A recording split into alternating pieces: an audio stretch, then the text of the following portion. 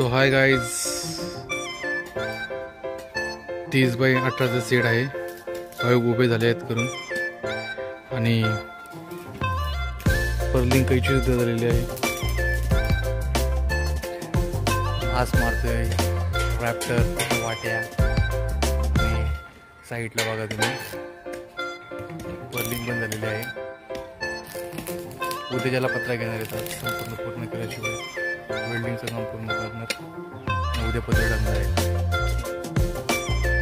तो hi guys, थोडी welding बाकी आहे ती मी पूर्ण केली आहे. आणि बघा आमचा सेट कंप्लीट झालेला आहे. आता पत्र टाकायची बाकी आहेत.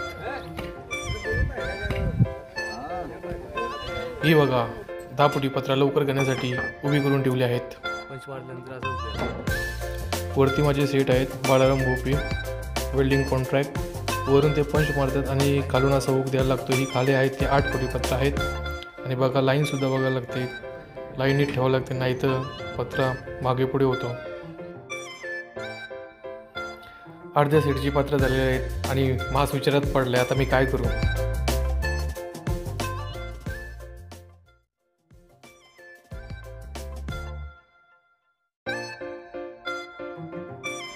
बघा टेक्स्चर कंप्लीट होऊन आमची पत्रसुद्धा बसून झालेले आहेत. अशा पद्धतीने कैची टाकलेली आहे, बघू शकता.